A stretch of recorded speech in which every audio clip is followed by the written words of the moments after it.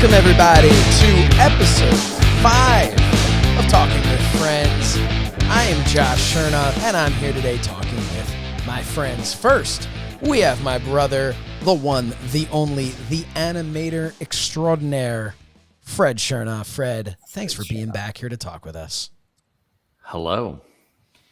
And next up, he isn't frozen, and he also got a haircut. Ladies and gentlemen, looking significantly better than last time, Calvin Tan. How's it going, man? Everything's going well. Yeah. Finally got my hair cut, so I don't have to deal with that anymore. Yeah, but now none of us have to deal with that anymore. It's good. Going full Undertaker last time. And then Well, you could say this is going Undertaker also, remember? You could, yes. That's it. That's the nice thing about the Undertaker. You get a mohawk, you're going Undertaker. You got long hair, you're going Undertaker. You know, it's wonderful. And speaking of wonderful and Undertaker, the lighting behind you. We are joined, of course, by Matt Mangol, who is just staring at, I want to say, an imaginary butterfly. But Matt Mangol is here as well, sporting another excellent shirt. Will you stop? Gorilla Monsoon. Will you stop? And Fred, you got a fun one too. No mistakes. Just happy accidents. Bob Ross. And I've got, I mean, I don't know where you can get yours, but I've got mine. I got mine over at ProWrestlingTees.com/so says Shernoff, which reminds me, everybody, before we get started here, has anyone been to our new ProWrestlingTees.com/talking with friends? Yeah, that's right. We have a Pro Wrestling Tees page and some really cool shirts on there, and more coming soon. I can hear it breathing. So, guys, we're going to talk today about where we left off was the summer of 2002, summer of a lifetime, some might say. And it was a terrible summer. It was a hot best of summer. Times and the worst of times. It was definitely the worst of times, but we decided it was going to be the best of times. So when we left off last episode, we decided, why don't we go to Canada? Why don't we, as our old friend Jack would say, why don't we just get out? And we did. We literally got out of the country. So it was, as we talked about last time, the picture that you see in the opening montage, the opening credits here, that was a picture of us on Fred and my driveway before we hit the road. And we hit the road in our mom's car. What was she thinking? Letting us borrow that. She learned the lesson. She definitely learned the lesson on this trip. But yeah, it was us and our old buddy Biz. Am I right that the TV that we brought, was that the same? That was the TV that Dad built, the one that we were using to run the shows? Yeah, which I actually have. There's a TWF connection right I there. have it in the closet right next to me. I do. And we're talking about a CRT TV, so yes, it was about the depth of it was like this. Yeah, it was not a very big TV. A little box, and we wedged that sumbitch. Talk amongst yourselves. I'm gonna go get it. And you rigged up the Nintendo Entertainment System. Super Nintendo, right? It was a Super Nintendo. Yeah, we put a towel so we wouldn't damage the leather, and we wedged that television right in there. And who needs a tricked out car when you can make your own? Yeah, and it was probably not back in early 2000s. Had we gone to an accident, that would have been really bad. Would have killed somebody. Yeah. Yes. Somebody would have got closed caption. I remember. I think you went to Best Buy because we had to figure out how to power this thing. That's right. Yeah, a converter. So from cigarette lighter to this little box that ran at about 300 degrees. And TV was connected into it along with the Super Nintendo. Yep. And I guess Josh is digging through his closet. Well, the only game I remember, and I'm sure we had more than one game, but I remember playing Saturday Master Slam Masters. Yeah. with Flapjack and Oni. What did I miss? We're talking about setting up the TV and playing Super Nintendo and Saturday Night Slam Masters, which is one of the Best lesser games, talked yeah. about great wrestling games. Sure. So here it is. It's dustier than Mark Mess weight set, but There it is. This is it. Yeah. Wow. So that is what we used when Calvin and I were running the shows, the production. Everything was connected to that, and then that's also what we. Yeah. I mean, Not a wide array of plugs. No, there's one. So Yeah, this was our dad built this. way before, yeah, like the 80s. Oh God, way before. Yeah, back in the 80s, and I remember that we had two of them actually. That was- One that of them was- used to be in our kitchen. What the hell was This it may called? be the one This- that was in our kitchen. Heath Kit. There was a company called Heath, I guess, and they had like Heath kits were these like robotics and electronics. That's where we got the kits. right? We had a robot when we were Yep. kids, Yep. So you'd go to the electronics store back in like like the Paulie 70s and and 80s. and Yeah. Paulie and you, Rocky. you get a kit and you had to have like a certain amount of equipment, like a soldering iron and all that stuff. And you basically follow the instructions and build your own electronics for cheaper than what you would get them for if they were pre-built. So Dad did it as a personal challenge and it has stood the test of time. Does it still work? I have not plugged it in. I'm actually sure it does because it's not like it took any damage over No, the I mean, years. there's no reason why I wouldn't. despite driving it around cross country and whatever. Yeah, I mean, I don't have any available outlets. So I'll get back to you guys next month. But that was it. That's the one. We wedged that between the seats and the armrest from the front. So whoever was in the back could basically play video games while we're driving. As though this was like the longest trip anyone's ever. It's not that long. How long was the trip from? About a 6 hour straight shot to Niagara Falls, which was our first. Yeah, stop. but you got to remember, like, we didn't have cell phones, so it's not like we were surfing. We had each We other. did. Yeah. We didn't. We all right, could've- we didn't have. we We could've didn't have just- smartphones, but we did have cell phones because We definitely had cell phones. because I lost my cell phone. That is how I got the phone number that I currently have. Back then, if you changed phones, you had to get a different number, and I Fred's current phone number is. yeah, just run it along Like the bottom. it's like movie phone. It's like movie phone. So I had a little Nokia phone. I think that's pretty much what we all had. And on that trip, I thought I lost it potentially in Canada. It was nowhere to be found, I thought. And so I had to get a new phone and change my number, which to this day is the same number that I have. And about 3 months later, found that it was in the door of the car the whole time. I think it was longer than 3 months. It may have been longer. Yeah. I feel like it was when Still had like, the car. lease So was maybe, up maybe the and car was going back or something. Yeah. Yeah. I don't mind my But yeah, dog. that was your dog. You got your dog. Would you like to introduce him? That's Mr. Miyagi. He's my new puppy. Yes. And he's eating leaves off my garage floor. Well, it's part of the training. I'm looking forward to meeting him. But yeah. So the phones, fun. We're actual fact, and I don't- phones, and that's it. They were actual phones. Just well, you phones. could play Snake. Oh yeah. Well, Yeah. we still talking about the phones, Josh? Or are you talking about the back seat of the car? Hey now, what you and Biz were doing, but I don't think so, Tim. I'm sorry, Calvin. So we jumped all over your comment about phones. So I don't know where you're going with that. well, Calvin was insinuating that we didn't have phones. Well, I was just saying that it's not like we had stuff that we could entertain ourselves with. But we had Right. each You know. other. We did have each other. That Yeah. that was God the forbid we entertainment. talk to each other, Josh. I mean, come No, on. but the thing is, when we were playing the video games on there, we were talking to each other. The entire time we were talking to each other and joking and laughing about the games we were playing. Yeah. So yeah, I mean, it was a lot of fun and definitely something that, I mean, if you peeked into the car today of a bunch of people who were, God, what was I, 18? I was almost 19. You guys were I just turned almost 21. 21 or yeah. Oh, you were all 21. I think all of you had just turned We left 20. the day after my birthday, I think. Okay, we so you went had just night- turned 21. For my Biz had birthday. turned- Yeah. Yeah. Because that was the thing that pissed me off because we went. Calvin the was night- near 30 at that point, but yeah. the night of my birthday, we went to Fridays so that in Willow Grove so that I could get my first legal drink. 1 or 2 days later, we're at a Fridays in Niagara Falls where Josh is now able to legally drink and just blew up my whole spot. Well, I actually wasn't, because the legal drinking age was 19.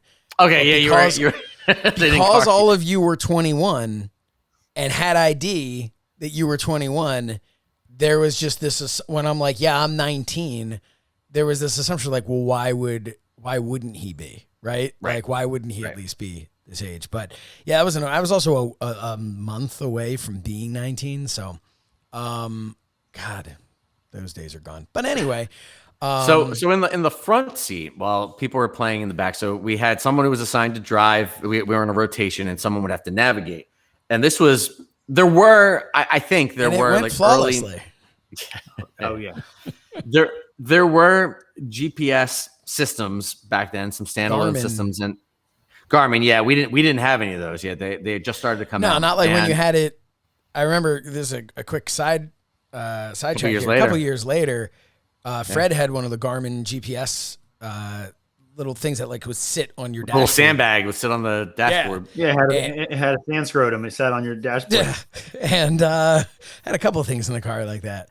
But we were driving down the shore, I want to say, and I don't think you were there, Fred. I think I had borrowed it, and we reached a point of the shore. You had only downloaded so many maps.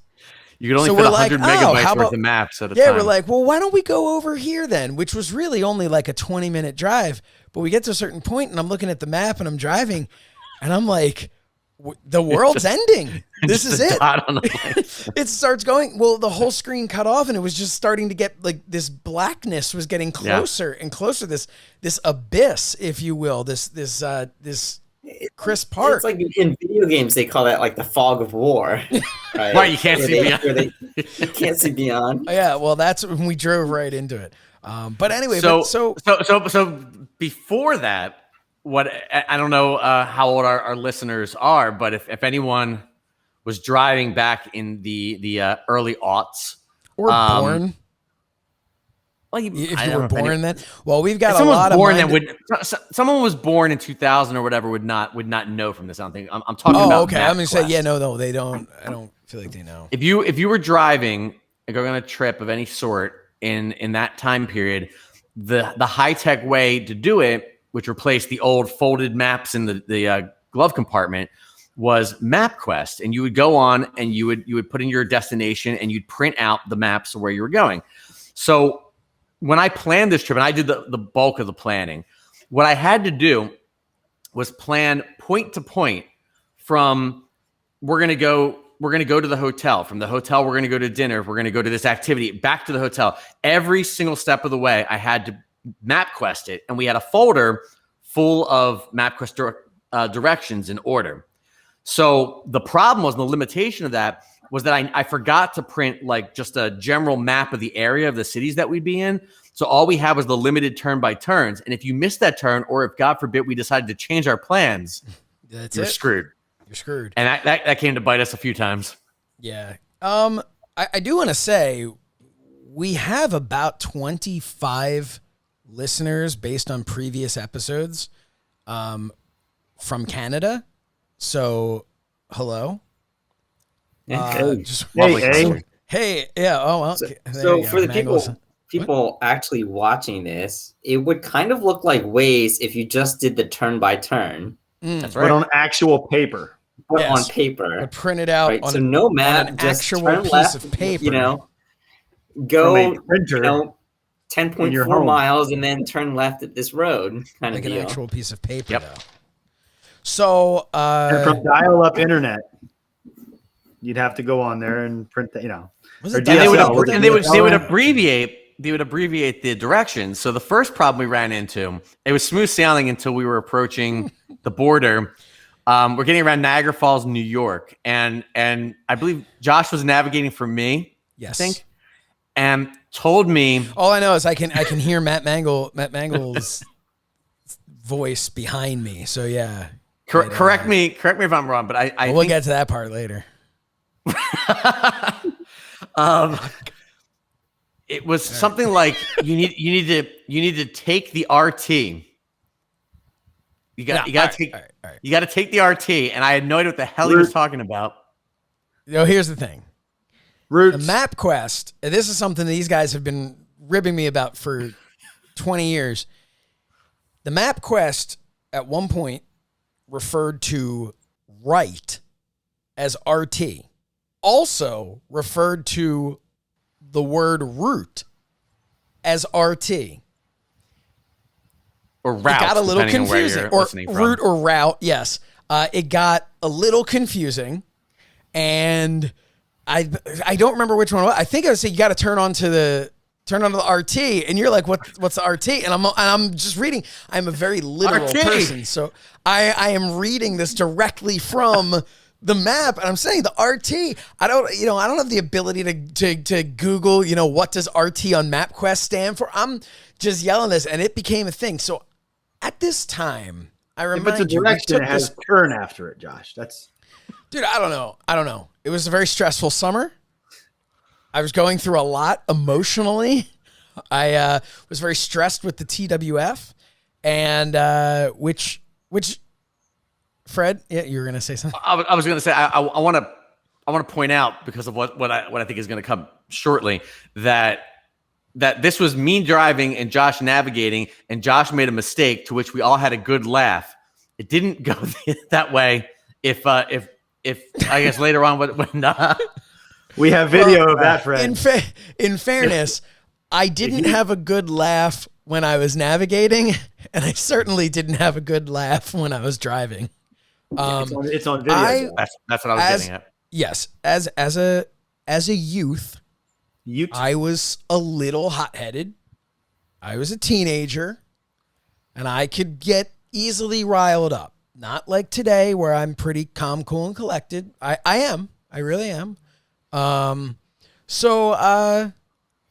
Yeah. I'm apologizing all these years later. I may have been a little stiff-ski with some of the things that I said. But so what got us at two different points of the trip, and I'm jumping out of order, but I don't think anybody cares to follow geographically where we were. But at 2 points in the trip, the same thing would happen when I was navigating for Josh. And what happened was the exit would be straight ahead, and to stay on the highway was off to the side. It looked like an exit ramp. So I would tell Josh, I think it was I told you to take the exit or something to that effect, and you went the other way because it looked wrong. So it's an understandable mistake. Also, and then back to my go ahead. A little inside baseball. To this day, I am terrible at maps, and when it tells where, you're supposed to go and however many feet, like for whatever reason, I am just not good at ever being able to know where to go. I think it's just like instant panic sets in that I'm about to make a mistake. And then I usually course correct and end up making a mistake. But much like Matt Mangol did on the trip to Canada, when Matt Mangol missed an exit and the man stopped and just stopped on the road, not in the middle of the road, pulled off. Oh, no. Matt Mangol right now is, yeah. So here's the thing. Went in reverse. We go, Mangol, we're like, you missed the exit. He's like, no, back up. He's like, guys, look for me. We're like, dude, you use your mirrors. What the fuck? I don't know how to use. I'm not going to use the mirrors. I'm driving. I'm trying to back up, guys. I'm going to back up. The man would not use the mirrors. He wanted to do the all over the shoulder gimmick and wanted to look back and wanted us to be his mirrors.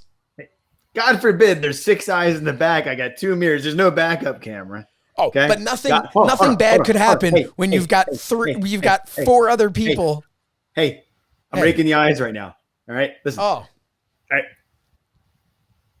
We got there. I went in reverse about 60 miles an hour for about a quarter mile. I whipped around and we made the turn. On a highway, the man's just gunning it on a highway, looking backwards, not looking at his mirrors. Yep, we got there. We got there. The ends justify the means, right? Yes. Calvin Tan. But that was Oh, no, Fred, continue. Oh, I was going to say, but that was to my point about the MapQuest directions. The panic in each of these situations had to do with that if you missed that turn and couldn't get back to the exit, right. we didn't know where the hell we were. Yeah, that's important when we're talking about. Yeah, it's not like it would recalculate. Exactly. Right, it wasn't like Mangol was just like, oh, we'll go to the next exit. The, and we're like, the Mangol incident happened in northern Pennsylvania, like in the northern Poconos, really? getting close to the New York State border, and we had no idea at that point. We were way beyond our area. In Montreal somewhere. Oh yeah, I remember we had to find like a McDonald's or something to ask directions. Well, we were trying to get into Montreal. That was one way. Oh. So here, this ties into wrestling. And the rude French people. I apologize if our listeners are French. They're probably nice, but the people there, not nice. Well, let's find out. Based on I previous wouldn't episodes, go so far as to say that, but it does. You didn't go into look like me and Biz went into the McDonald's to ask directions. We have a listener in Belgium. I don't think you can judge the entire population based on a couple people who happen to be working in the McDonald's. Yes. I said dumb. No matter where you are in the world. But so what happened was we did need to stop it sometimes. And it was usually always when Biz was driving. And there were times where that man would stop and he would ask directions. He'd go, excuse me, do you know where's the Days Inn's at? And like, we're looking for the Days Inn or whatever. And there's one guy, right? So we stop. And Biz is asking for directions. And the guy is talking to him. And we all... I am sitting behind him. You were behind him. I want to say I may have been... I was either in the... I think I may have been in the front or I was in the middle or something. But no, I would have been in the middle. Mangol would have been... I was navigating. Based on our rotation. But I think all of us noticed that this man was missing a tooth. And unfortunately, because that man was missing a tooth, our good friend Biz had a complete inability to focus on anything other than the fact that the man was missing a tooth. I could see it in his eyes because I saw it in his mirror, his side mirror, that his eyes, he had that grin on his face when this guy is trying to help him, give him directions. Mm-hmm. And I knew that he was not paying attention to a word that man was saying. And focusing on the man's missing tooth. And at the very end, now we'll remind you of the time, this was 2002. At the very end, when the guy tells, when we're all like, oh, thank you very much, thank you. Biz goes, thanks, Benoit, and guns it, cackling like a lunatic. Yep. And he starts going, and we're like, all right, Biz, we're like, aren't you supposed to turn here? I don't know, I wasn't paying attention. He would ask directions from like anybody. He asked what I'm pretty sure was a prostitute in somewhere in Quebec. And it just like, he would just pull over and we'd be like, Biz, we're gonna get shot. Like we don't know where we are. And he would be like, no, we need to know. And he would just excuse me, you know where's the Days Inn's at? Just nonstop. It's like he would just roll down the window and yell at people. Yeah, that's basically probably what it ended up looking like. Biz was a character, and I say was because Biz has changed. We've all grown up. Biz has changed a lot in his life, but the Biz back then, we have videos, we have pictures and stuff, but without knowing him, it is so tough to really grasp the uniqueness of this individual, the way his mind was. While wired to work at full capacity, was wired in a different way, some would say. Then this is not an intelligence thing. Very, very intelligent guy. But the way he would just view things or act or things he would say, the panic he would have over certain things. Like later on, while we were there, we decided to go to, was it the museum that had a planetarium in it? Yeah, the Ontario Science Museum or something like that. So we went to the Ontario Science Museum, and we're all there, and I don't know where everybody was. All I know is I was there probably with at least one or two of you, and we're spinning around like like a penny would spin around this thing, this like giant funnel almost. And there was some sort of scientific something to it, like how long it would like form a pattern or something. Yeah, it would like form a pattern as it was going down. And all of a sudden, to my left, running down the hallway, comes Biz yelling, let's go, guys. And we're like thinking like some emergency has happened. There's a fire. Night at the museum. Something terrible has happened. They had just merely announced, hey, last call if anyone wants to go check out the planetarium. And in that moment, that man needed to do it. And he was so damn eager to get in for this planetarium that the man pushed over, he was like pushing people out of the way, a woman on a walker. Like George Costanza in that episode when there's a fire and he pushes the lady out of the way with a walker. Oh, I don't even think we got good seats. Weren't we like on the No, floor? he he were on did. the floor. I was on the floor. Okay. No, the four of us sat on the damn floor. It was like a trap door, like the warrior was gonna come out, and we're sitting there like the British Bulldog. And yeah, and Biz was sitting in on the front row on the bench. Oh, that's because he pushed his way. Yeah, while there were elderly and handicapped people standing off to the side, and that man was sitting very proud of it. We do have a wrestling term that we gave to describe when stuff like this would happen.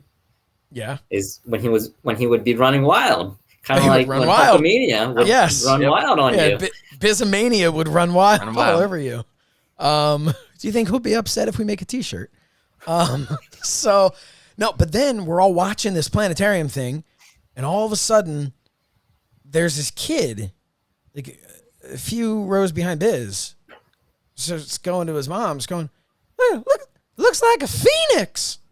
They're talking about a constellation that was on constellation on the gimmick up there.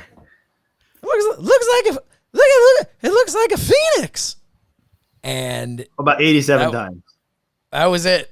None of us, much like Biz with Benoit, we couldn't focus on anything other than And it was so Phoenix. peaceful. Like I was so grateful that Biz had harassed us into getting into that. It was so nice. And I remember them like setting the stage, like, imagine night has fallen and you're on the roof looking sooth. There's a phoenix. It was always sooth.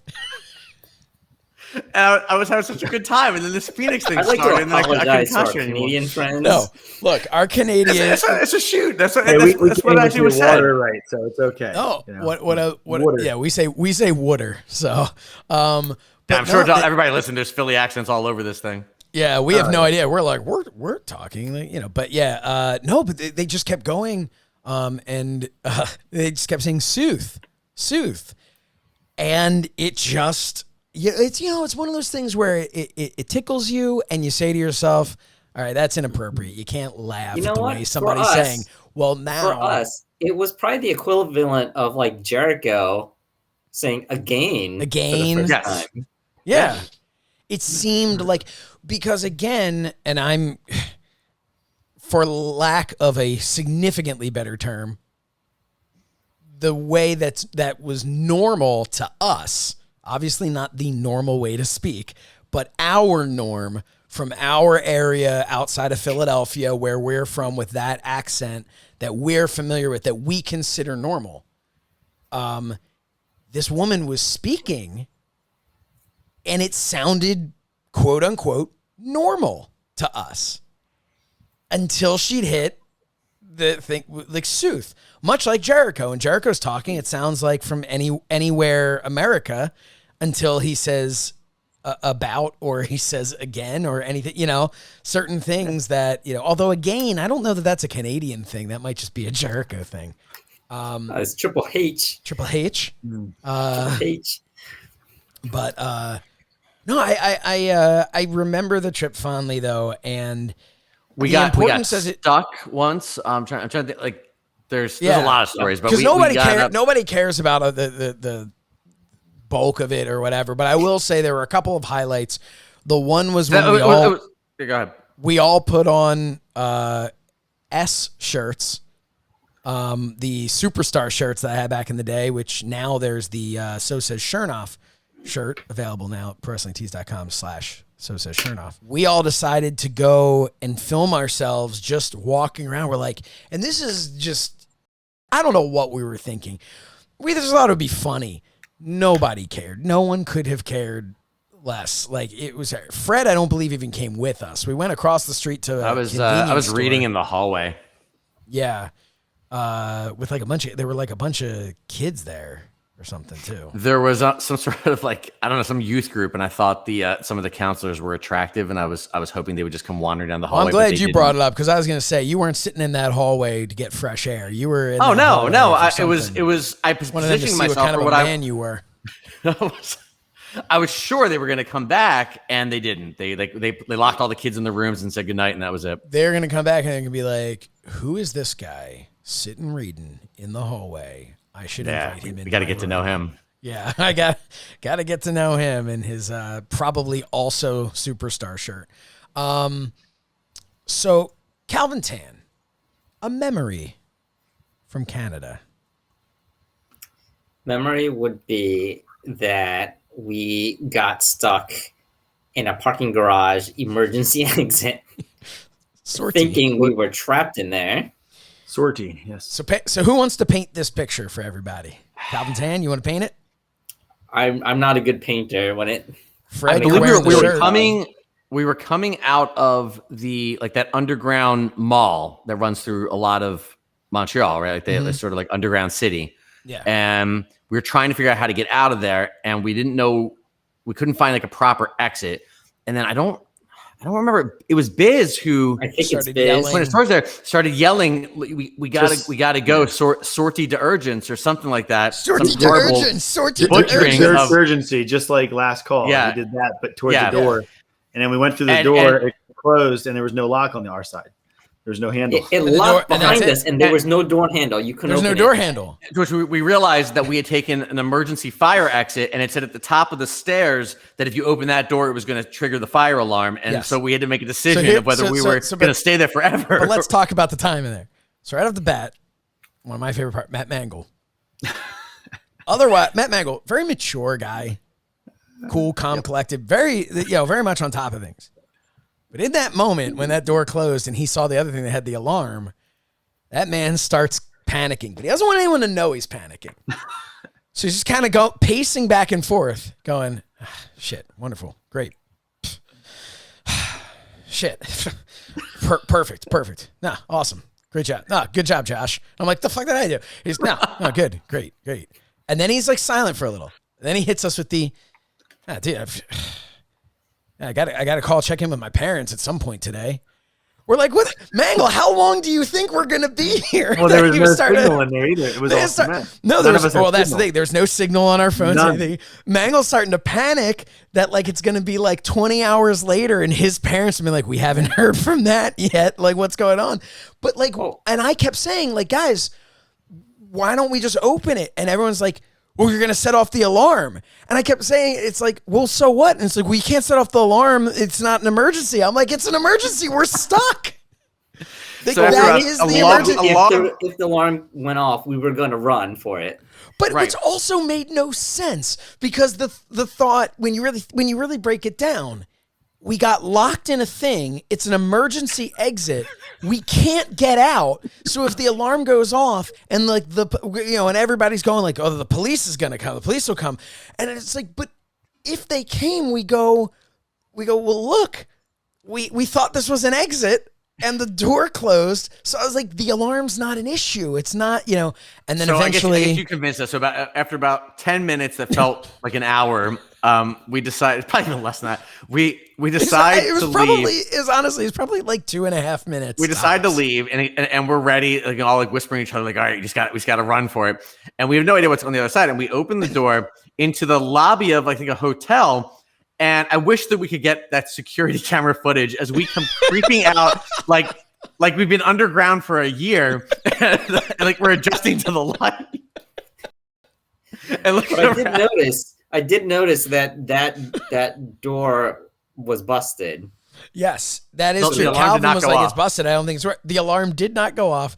We go up there. We all instantly start checking our phones. I know I'm poking fun at Mangol, but we're all instantly checking our phones to see if we have service because in those 2.5 minutes, I'm sure at this, all of our parents were sending up, flares to try and find us. It was like, this is the thing. We were outside of our country And I love Canada. It's one of, especially the city of Toronto, one of my favorite places in the world to go.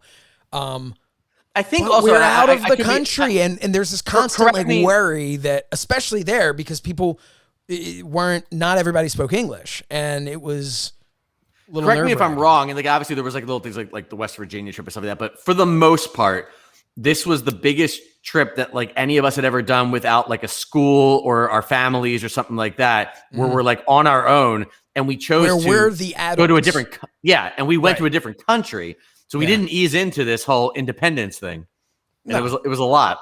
No, but you know what? We needed. I don't. Don't let facts get in the way of a good story. So I don't know if this is exactly in order, but I do know that, man, did we need a good nightcap after this? So this reminds me of the drink. Matt Mangol, do you remember the name of this drink that you and I decided to go down? We were in the hotel and we decided to go down and grab ourselves a drink. Vodka ice. Vodka ice. That's what it's called. Vodka ice. So if you cut off the end of vodka, so very much, so not like a Smirnoff or a Shernoff, like the shirt I'm wearing.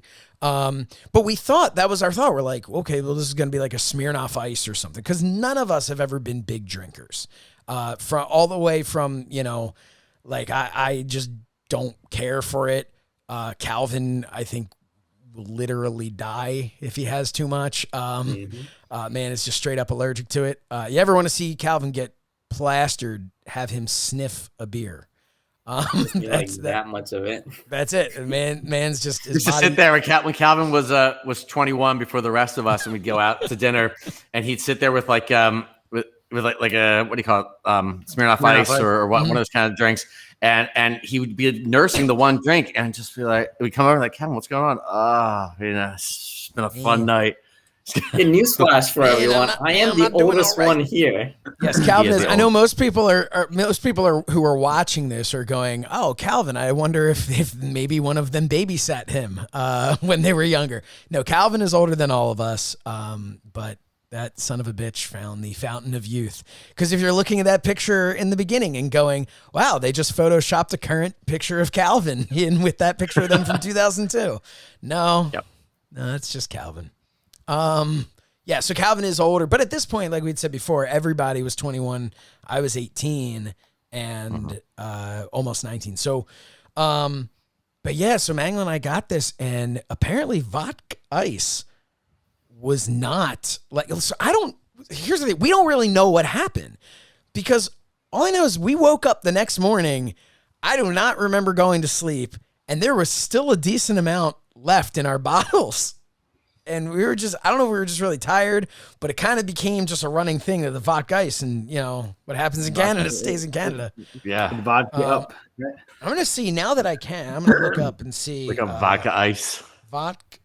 Yeah, like Well, back they then, it probably was changed like, the recipe by now. That was 20 years ago. So back then, like the drinks for when you started getting into drinking of age and stuff like that would be like Mike's Hard Lemonade, Mike's Hard Lemonade, sure. Smirnoff Ice. I think wine now you coolers. have like hard seltzers now, which is kind of what the thing is now. Yeah. Mm-hmm. There was I can't find it. anyway, we're looking that up. There was we had breakfast at this place in Toronto, in our hotel in Toronto. We were at, do anybody remember the chain we were at? It was like Travel Lodge or something like that. it wasn't the Cylinder of Sin. It was a different Travel Lodge. Oh, God.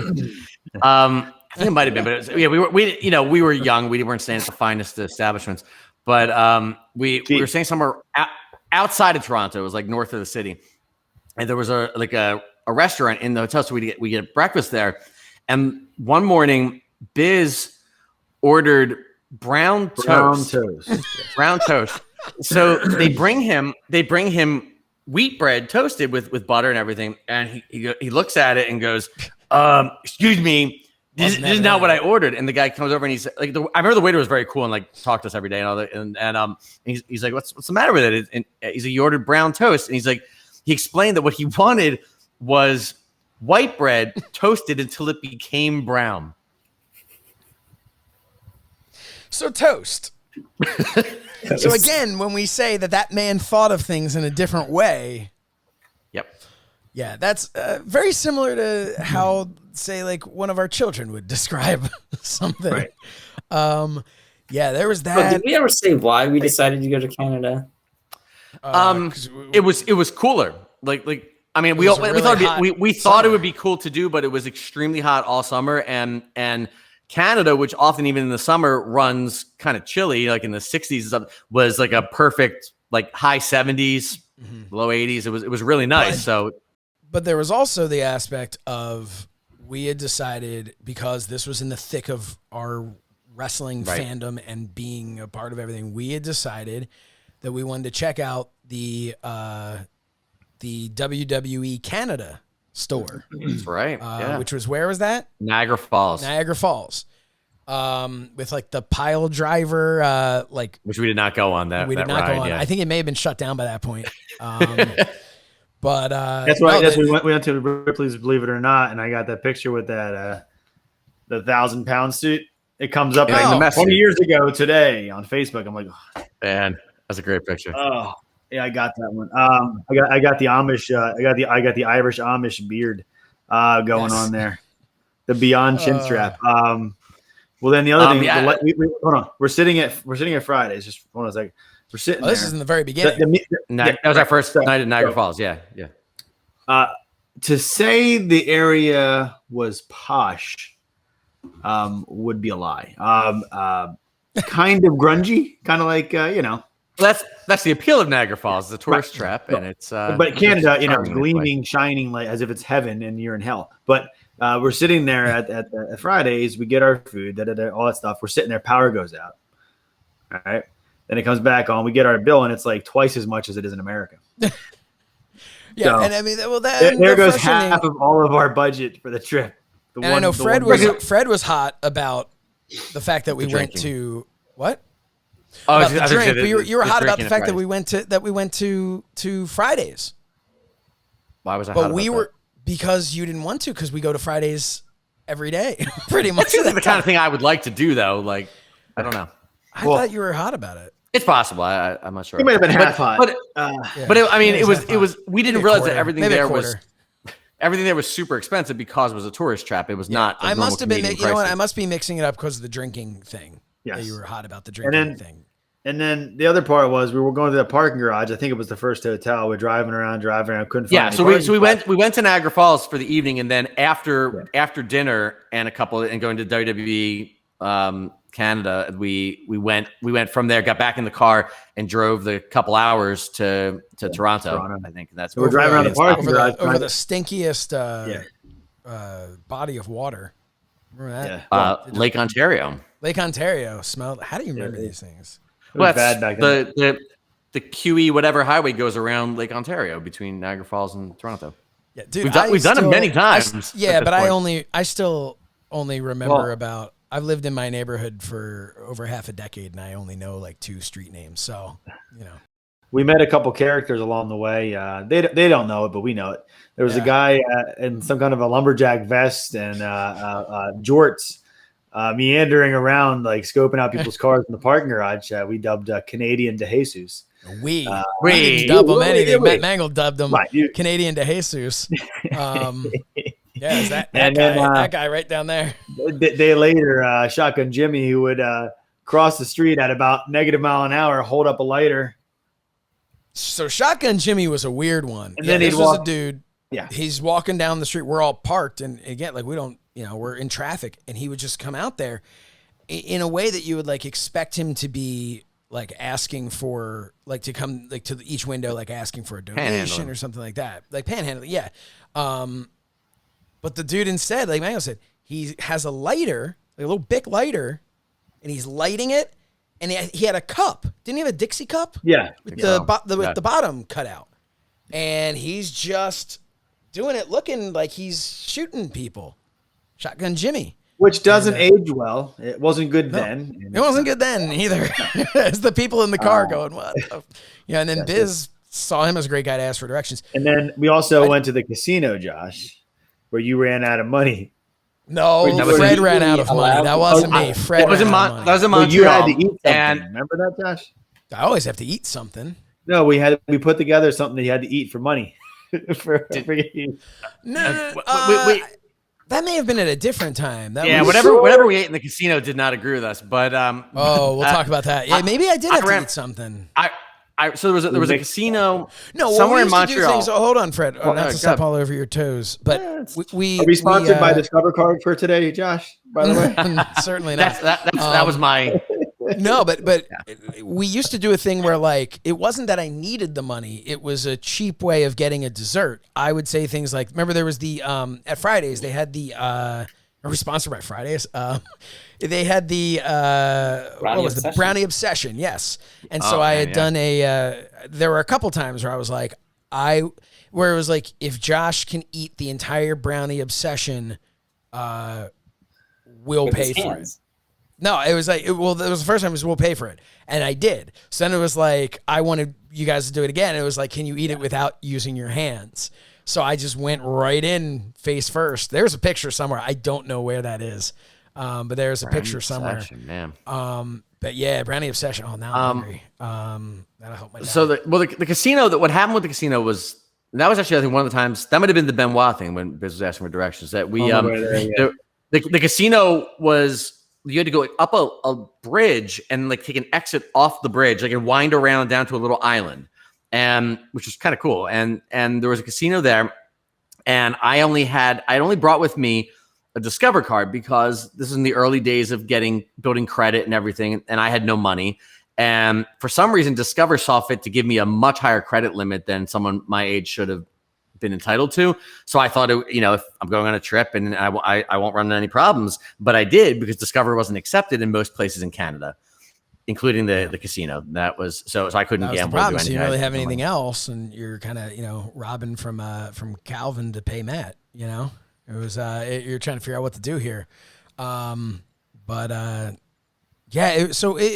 we ate something that evening. I can picture it was a little cafe in the casino. I can't.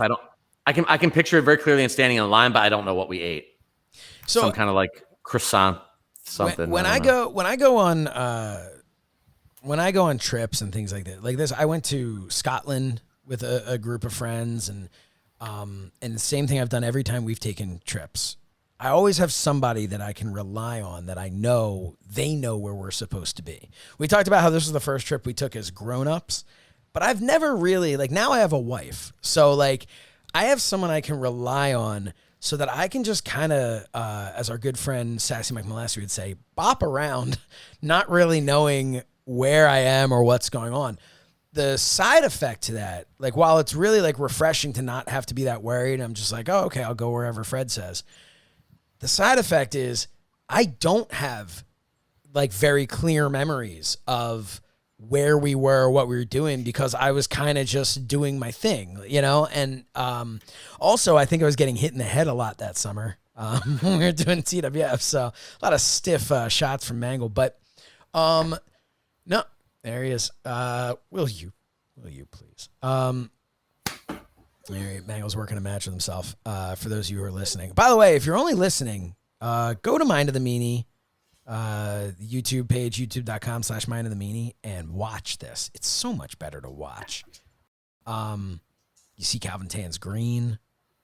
Mr. Miyagi's going to take a dump behind Fred. I thought you were. Oh, God. He's going to pinch one off back there. Watch out. Pinch it up, pop it out, and pinch There's it a lot off. of wandering happening. Yep, he's starting to circle. Little snipsky. All right. Boy. So we ate something. It did not work well in our system. No. Fred, do you want to take this one?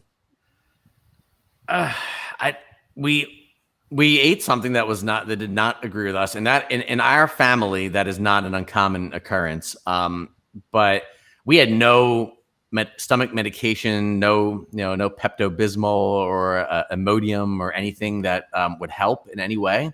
We were unprepared for it, and I would have taken a tampon at this point. and why this is hopefully a new one. Why it was memorable is because there have been many times where one of us was blown up in the bathroom, but why this is tomato Basile. The t-shirt torn up.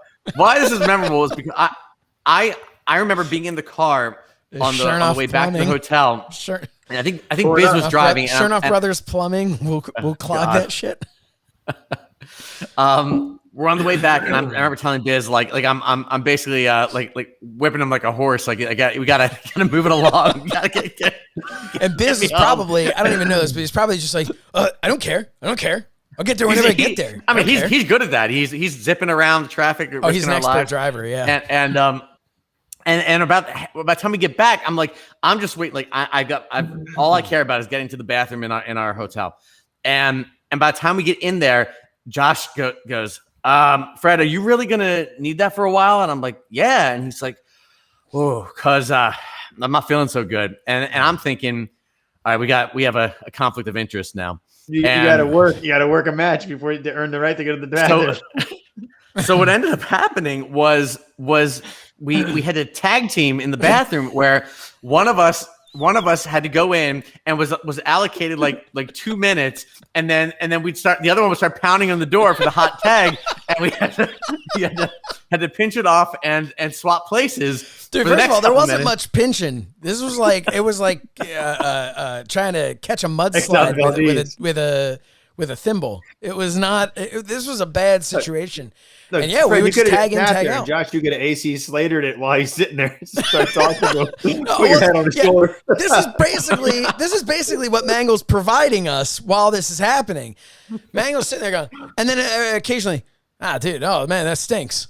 What do you want from us? It was bad. And that's the other thing. Look, your own brand you can deal with. Yeah. But I don't care family or not. You don't want somebody else's brand. You need to let that have some time to breathe, to dissipate. There was no time. There was no time. You were sitting right into it like Blue Meanie trying to let one go in front of the microphone and sit right back down in front of it. Yeah, it's there. It was not good. And the bathroom, I believe there was no bathroom in the lobby. Pretty sure there wasn't, because that seems like the obvious solution. Yeah, it was a very small lobby. I remember that. It was a bad situation. This was a Days Inn on the corner of a street in Montreal. Do you know where's the Days Inns was? So if anyone's from that area, maybe you know what we're talking about. I don't even know if it's still there, but yeah. And if you were a police officer around that time, we've got a bone to pick with you, because we were driving our mom's Lexus, okay, an SUV, very nice car, pride and joy, favorite child. No, but we're driving this car. Our mom was kind enough, naive enough to allow us to take it. But we were not the kids who were gonna go and joyride. We were taking very good care of this. No, but we were gonna stick a TV in the middle. We were, but with a towel. With a towel to respect the leather interior. Now, you toweled the crevasse. We parked in a. They had a little parking lot there. It was like a little lot across the street, I believe. Almost looked like little city lot. Yeah, a little city lot. Come out the next day. Somebody had hit the car. Parked. Never occurred to us someone might do that. But there's a note. We go, oh, wow. Okay. It was a cop. A cop hit the car, left a note. Unfortunately, it was another country, so there was nothing you could do about it. Because our mom actually tried to, contact everything. Deal with the French Canadian insurance. Yeah, it didn't work, but that was a pain. Speaking of pains. Oh, before we get that, I was going to say, speaking of pains and in the hotel. So as young people would, we're flipping through the channels, and I want to say there was some static thing. There was something was like, we thought it was Macho Man or something going on. But we decided to cross Biz up. We ordered something, and he watched it, and he thought one guy was killing another guy, but in fact, he was just expressing his love. I'll leave it at that. Horrible. Just hand it off my dog before any accidents. Nice. You don't want the dog to be there when you go there potty. There are no mistakes, Fred. There are no mistakes, Fred. Yeah, just happy accidents. Oh man. Well, yeah. So from that not so happy accident with the car, so let's talk about Subway. Now, Biz's parents owned a Subway, and we loved to go to Subway at the time. Subway was better back then. Biz did not want to go anywhere near a Subway. He would take pictures in front of a Subway with a thumbs down. Like he hated Subway because he had to help his parents work at Subway. And we promised we wouldn't go to a Subway. We promised. But one place that we did want to go was to WWE's headquarters in Canada. Which I don't think exists anymore. No, old Bison Tower Head. doesn't Yeah, exist. Bison Head. Old Bison Head. We wanted to go see old Bison Head. Carl DeMarco. So we went. So here's our thing. Like this was very. And when I said before with like wearing the shirts, like this is like DX invading WCW. Like I don't know what we thought we were doing, and we weren't trying to invade. We were just like, it's this like idea of just like, well, we'll go in and we'll just, if you act a certain way, they'll let you in, right? What were we going to do once we were in there? We're going to pitch the TWF as like an offshoot to the WWE Canada. Like we had no plan. No plan. We just wanted to basically go in and walk around and take a picture of ourselves and be like, we had a vision that we're sightseeing. So we're going to go around and like, we're expecting for WWE. Was it WWE at the time or WWE? It was WWE because I have a WWE Niagara Falls t-shirt. So we're expecting that WWE Canada headquarters is going to be like a building that they own, and there's going to be a big lobby, and there's going to be pictures of all your favorite wrestlers, and we're going to get pictures in front of those. We were expecting the northern version of Titan Towers. Right. That's what we were expecting. And we got really excited. It was on the MapQuest directions, and we got very excited when we finally got there, and we saw like a corporate monument with the different tenant names, and the WWE logo was on there. And then we found out that it was not their own office building, that they basically just rented maybe a floor of some building somewhere, and there was a security gate. Yeah, and we didn't have an appointment. But we're like, there's got to be a way to get around here. There's got to be a way. So Biz is driving at this point, and he is determined he's going to find a way. So the man drives 2-3 blocks down the street, right? Exits the parking lot, drives 2 or 3 blocks down the street, sees another office building, pulls in, finds a janitor emptying the trash can out front of the place, rolls the window down. We're like, Biz, what are you doing? Excuse me. Do you know how to get to WWE Canada? And we're all like, Biz, what the? Biz, we're not here. We're down the street. This is another place. And he's like, guys, excuse me. Do you know how to get? And the guy did not speak English. So now Biz is like, yeah, whatever. And he's like, he's all pissed off because he's trying to get us for all our dreams to come true. And we're telling him to let it go. We're like, dude, it's fine. We can't get in. It's no big deal. And he's all pissed off, right? Rewind about 3 days earlier, maybe even more. I think it's actually the beginning of the trip. The very beginning of the trip. Yeah, I don't know how many days. So WWE Canada was on our way. We had just left Toronto. We're on our way toward Montreal. So I guess it's about the halfway point of the trip. So maybe 2-3 days? 2 days before or something. Yeah, something. Okay. Mm-hmm. Fred had mentioned earlier, we talked about the weather being particularly hot for Canada, but particularly hot in general in that summer. I had gotten a screw top little drink of milk. How would you describe it? A chug. It was like a chug. Like a 12. Yeah, like a 12. Little cafeteria type plastic container. But a plastic one. Think like a muscle milk, but it was just milk. It was just regular skim milk, like to drink. I don't know why. We talked about how great my stomach was. But so I drank probably about half of it while I was driving, and I put it down in the door the little pocket by the door at the bottom of the door. Pocket. The what? The map pocket. And I forgot about it. So fast forward now back to this with Biz. We're now in the parking lot. Biz is parked.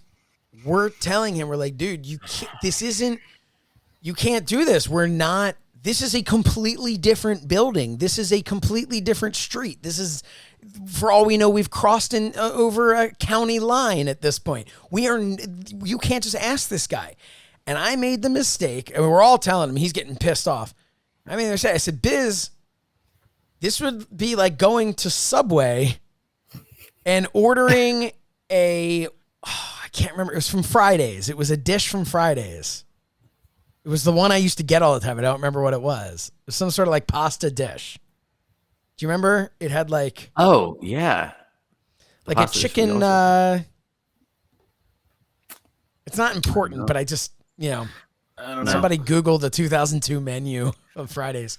But I basically said to him, it's like going to Fridays and ordering a... Going to Subway and ordering... Going to Subway and ordering this chicken whatever from Fridays. It's not there. And that man goes, we're not at Subway, and stomps his foot into the side of the car. Mind you, our mother's Lexus. Kicks his foot. Explodes. Well, we didn't know that yet. No.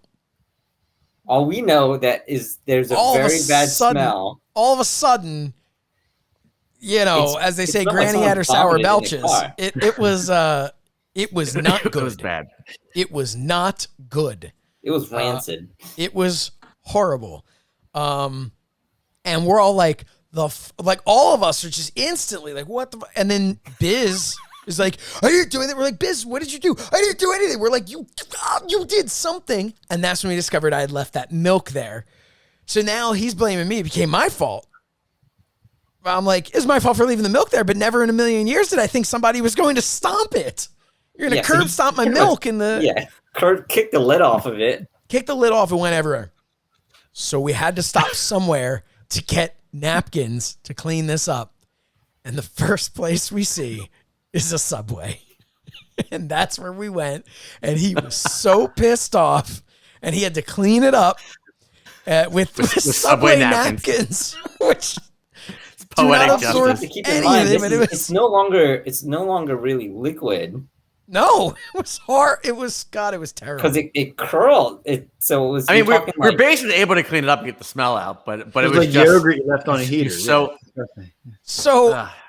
coagulated. So angry. Any other story that you remember, other than when we filmed ourselves hanging out in the hotel while Fred tried to sleep?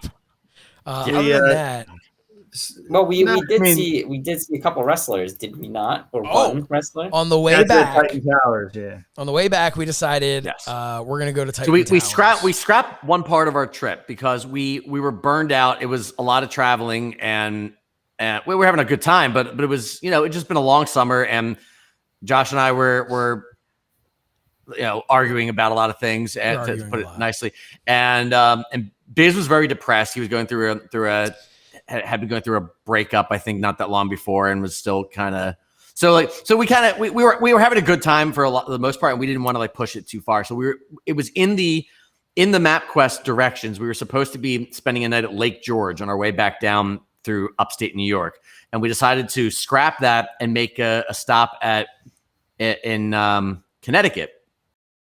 Well, Stamford, Connecticut, and we did, and we tried to get in, and they would not let us in into Titan Towers. But while we were standing outside, we're like, we're seeing if we could get a tour. Oh, could we, whatever. They wouldn't let us in. They were smart. But while we're standing outside, all of a sudden, a car pulls up out of their garage area, stops at the stop sign. We all look over, and it is very clearly Triple H driving with this massive arm at the window there, and Shawn Michaels in the passenger seat. Now, I'm not saying they killed kayfabe because like 2 days later was SummerSlam, where Shawn Michaels made his return. I don't know what I think they were there kind of like working things out. Maybe they were working through the story. Maybe they were working through spots. Maybe they were in the ring. I don't know what it was. But I remember going, that's Triple H, but I think he's clean shaven. That man doesn't have a beard. And Matt Mangol did not believe me. Matt Mangol's like, it probably just wasn't Triple H. And I'm like, no, that was Triple H, but the man doesn't have a beard. It's like, he has a beard. He has a beard. Go watch SummerSlam 2002. First time he showed up post becoming the Game without a beard. You know who was also excited about SummerSlam 2002 was Bismarck Cheney. I'd love if you to remember show you the old magazine, but all the pages are stuck together, so it's for a guy who he was never as much of a wrestling fan as the rest of us, and he hated being part of the TWF and the fact that all his friends were part of it and wanted to talk about it all the time. But for some reason, he picked up somewhere along the way, I don't know if it was before the trip or on the trip, he picked up the special magazine talking about the upcoming event. He did not pick it up. I believe it was my magazine. Was you? Okay. Yes. So he gets his hand on this magazine that was really focused on The Rock and Brock Lesnar and how they were training for their confrontation. And much like a toddler, he read the same thing over and over again the entire trip in the car, anytime he wasn't driving or navigating. I would have more compared it to a young teen and their first Playboy. Because the man was not so much reading as he was just staring at the pictures of like Brock in an ice bath. And The Rock running upstairs and all that. And then he would turn to occasionally, I want to say it was Tori Wilson. Maybe like a picture of Tori Wilson. And like, or maybe that's where we kept saying to him, like, there's that picture you can be focusing on as well. He was obsessed with it. By the time we arrived back home, that book that magazine was well read. It was well read. The cover was off. It was not cared for. But it was a hell of a trip. It was a lot of fun. And if you're saying to yourselves, well, this is weird. I thought this was talking about your journey in wrestling. Why have I just for an hour been listening to you guys talk about this trip to Canada? Number one, it's talking with friends, and we can talk about whatever we want. Thank you very much. Number two. Oh, we already talked about number two. All right. Well, then number three, on this trip is when I said to the guys, I need to take a break with the TWF. I'm burnt out. I can't do it anymore. It's killing me. I need to take a break.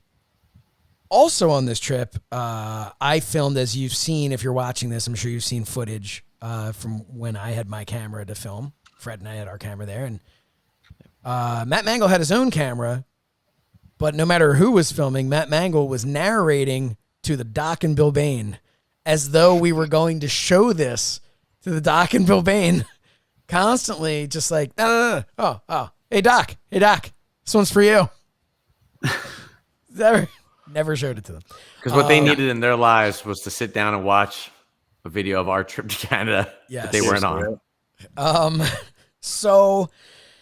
I said I needed to stop the TWF, and right around that time, we talked about Murad Habishian, Morad, who had Morad's Toys, and we had done, we had met him, and he had been at our show and was selling his figures, and he was ready to open up his own spot, and it wasn't just any spot. It wasn't a dog spot, it wasn't a liver spot. It was it was Rob Dimension's spot. Rob Dimension, who had Dimensions Collectibles, I want to say it was called, in Ambler, across the street from the Rita's Water Ice, for anyone who wants to Google it. There was a little shop there, and Rob Dimension sold like Yu-Gi-Oh cards or whatever, and some wrestling stuff, and that was it. And Rob Dimension was very tight with Steve Carino. He was PWF, with the PWF, and we talked about that. That was, who I had gone to, and we talked about that a few episodes ago, available in the archives. But the store, I guess he was leaving, and Morad kind of looked up to Rob Dimension as like what he wanted to be. So he got that lease, and Morad started his own store, and we were in there talking to him at one point, and he's kind of like, hey, when are you guys coming back? And he's like, yeah, I always wanted to run a thing. And that was when, from my saying I need a break in August of 2002 to a conversation, I want to say in September or October, maybe, with something like Morad. Morad basically was like, well, what if? Because remember, I had a license. I had a license with the State Athletic Commission. He's like, well, what if I use your license and I promote the shows, and you guys can still do your stuff? You can do your stories, you can do your matches, you can do your not just you can. He wanted us to do that. He just wanted to run the show and make. He wanted to be able to be part of it and plug his store. That's. Want to be able to plug a store. A store would, he would sell stuff there. It would always be brought to you by, Morad's Toys Presents, whatever. And he was like, the conversation was definitely in like October, because he wanted to start in November. He was like, I want to go. And we were like, because I still was burnt. Well, that was when you might have had a preliminary talk with him, but that was what I think you referenced that last time when Scott came to stay with me. And okay. And I think we all met to talk about it. We were on hiatus at the time. I was living down in a van, I believe, down by the river. Down by the river. Yeah. I started to go to Temple University, and I was in Temple's housing on City Line Avenue, the presidential apartments. And where I had asked Mangol and Biz, who were also Temple students, to come live with me, and they said no. So I was living with some undesirable roommates who took my my glasses and filled them with cigarettes. But that's a story for another time. Your drinking glasses. Not my respectable. Okay. Yeah, I was gonna say who like ribs on everybody at this point, but yeah. But for whatever reason, so we were still in touch with Scott and Bill, and Scott came up with his girlfriend at the time. I mean, it had only been a month and a half since our last show, so it's not like we were right. Still in touch. No. Like we were, Yeah, we told them there was, we were going to come back at some point. We didn't know what we were doing, but they came to hang out and stay with me. And then, you said you've been talking to Morad and that we wanted to go by the store and have a chat with him. So I remember we all went by the store, and long story long, basically what happened was, Morad offered me a decent amount of money for a kid. At that point, he offered to pay me $600 a show to use the license for me to book so I was still booking the venues. He was basically just money and promoting his stuff. Gave me $600 to do all of the stuff I was doing before. Now, some people would look, if you really broke it down, to book talent, to write the shows, to do the graphics on the stuff, to use my license, to wrestle, all of these things together. Some people might look at that and go, 600 is not a lot of money. When you're 19 years old and the best you have is to go for a hot dog and a handshake at some independent promotion and wrestle, that was like, I had just signed like a WCWS contract, like that was huge. But I took it very seriously too, and it was also a fun thing for guys like, I know guys like Mangol, because it was the first time Mangol was going to get paid to work for the TWF. So it was going to be maybe $25, but I think you actually got a little more than that. So I know there was a little bit of a gap because Morad paid. You got paid in Morad. Yeah. Years. You didn't get paid when I was running it. Never got paid. All right. Never got paid by Mr. Morad. Just, hey, it's all good. I enjoyed working, so it's fine. Yes. For the love of the game. Yeah, but I was a champion, so whatever, it's fine, What I was going to ask, so Murray wanted to run right away, and we decided to give it a little more rest. At what point? I know this is a big part. We're setting the table for what we're going to talk about next time, but and this will be a big part of it. When did it come up, and whose idea was it to go to look into TV? That was mine. That was my idea. I had noticed that little promotions like this new thing called Ring of Honor were on Channel 48, but a lot of little promotions were on Channel 48. And I remember, I just Channel 48. What, for anyone who doesn't know, was the ECW channel back in the day. Yes, that's where ECW aired for us. And I remember I remember looking at their product, and I know they had RF video and all that stuff, but Ring of Honor was terrible back in the day. Visually, as a television entity, it was terrible.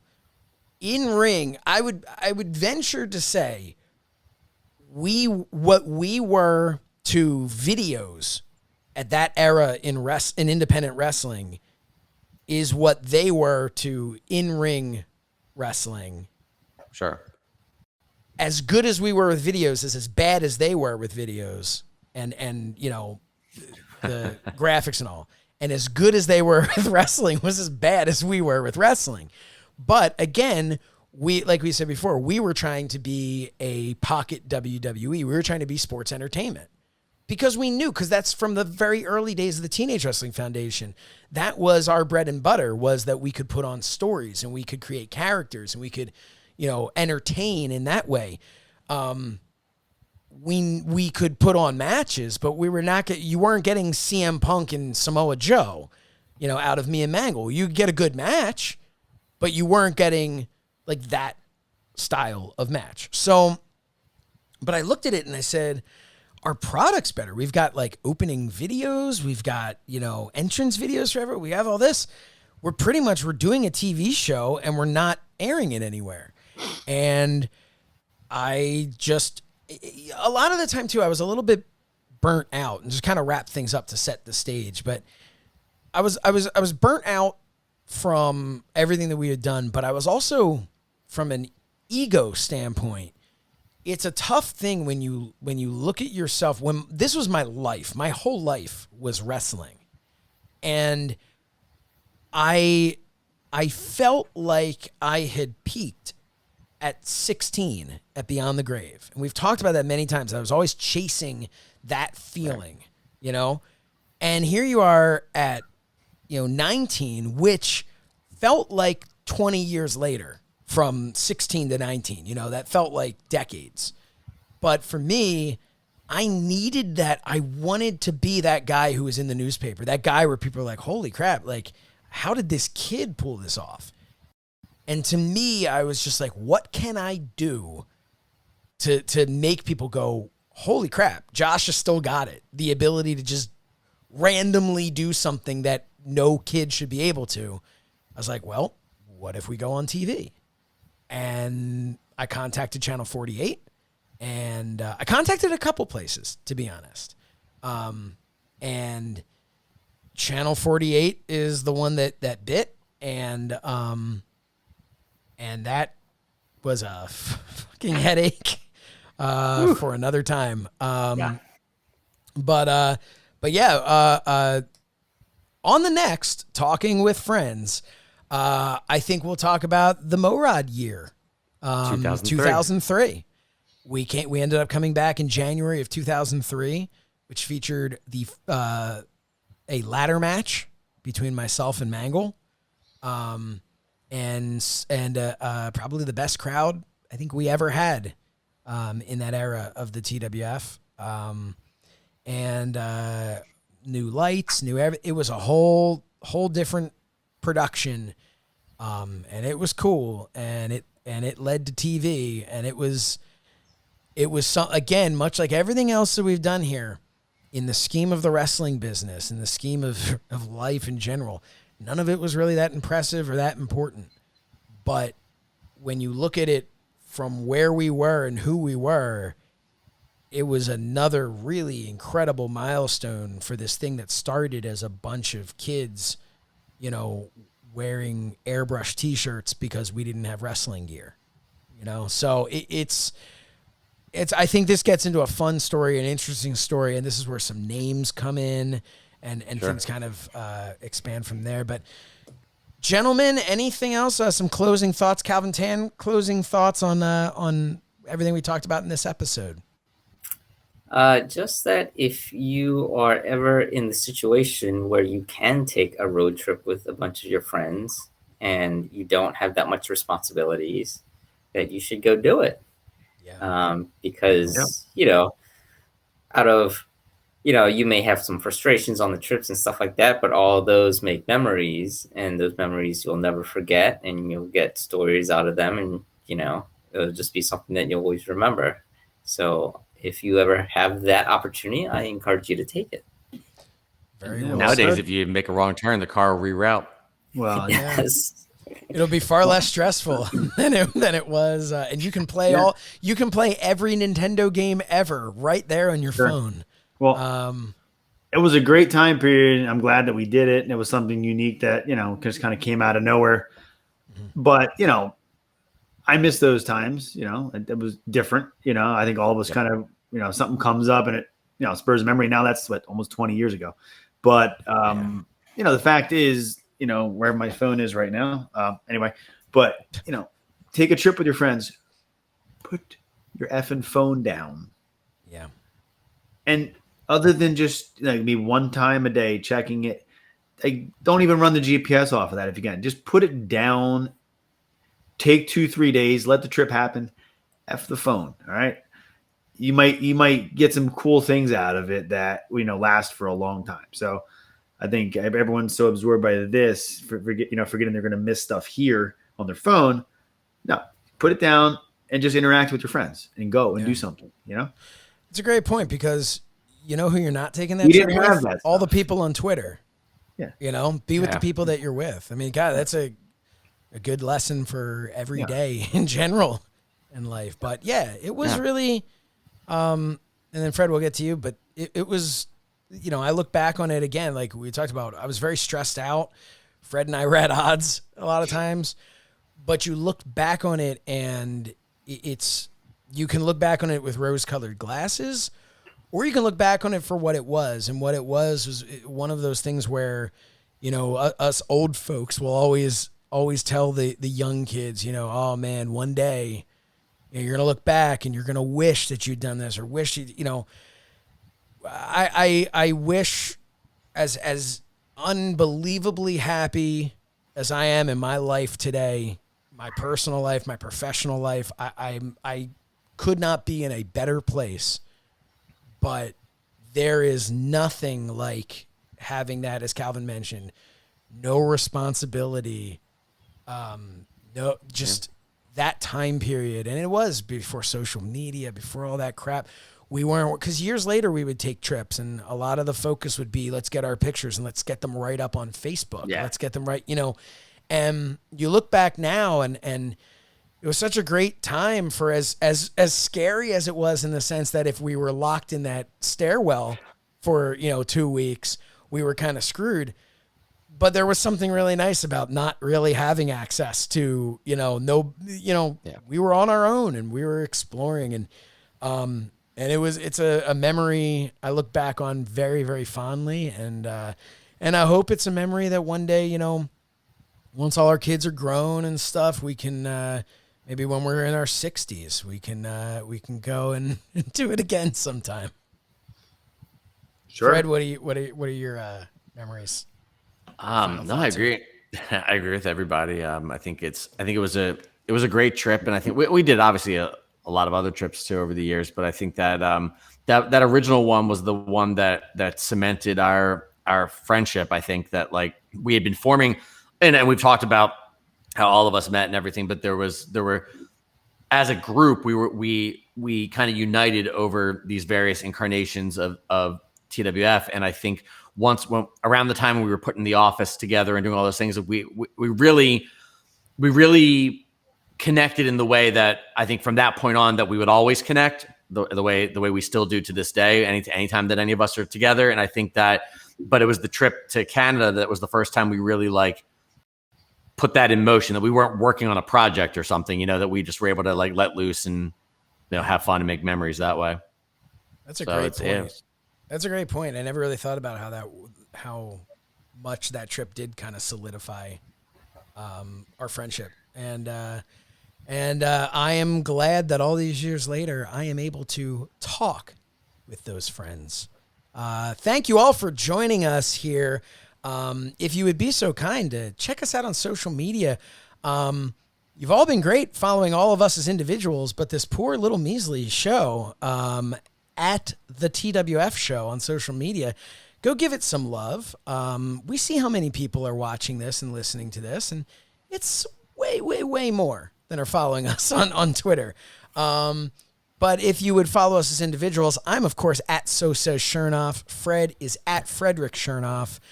Calvin is at Underground Magi, or on Instagram at Calvin Tan Magic, I believe it is.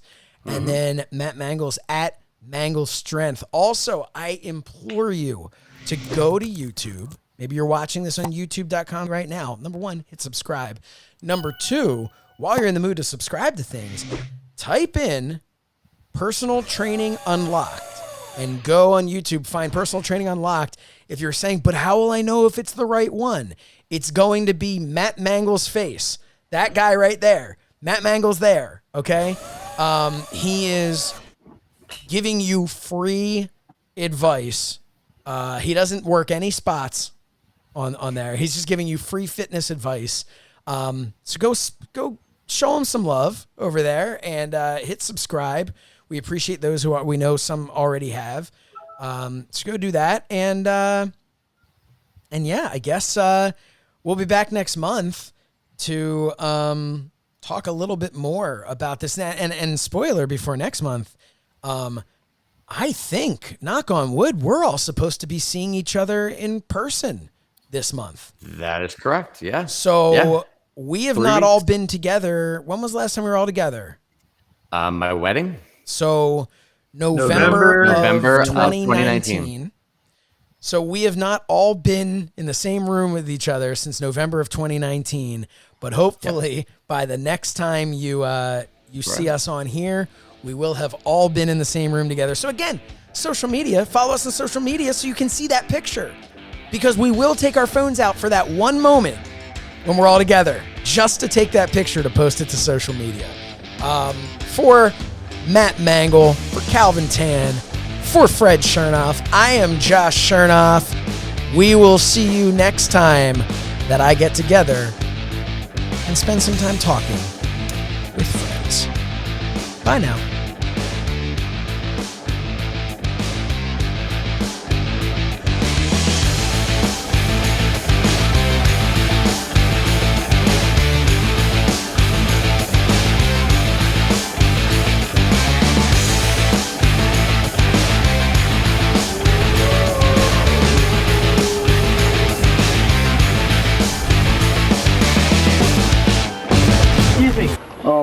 Can you get a O'Keefe lane?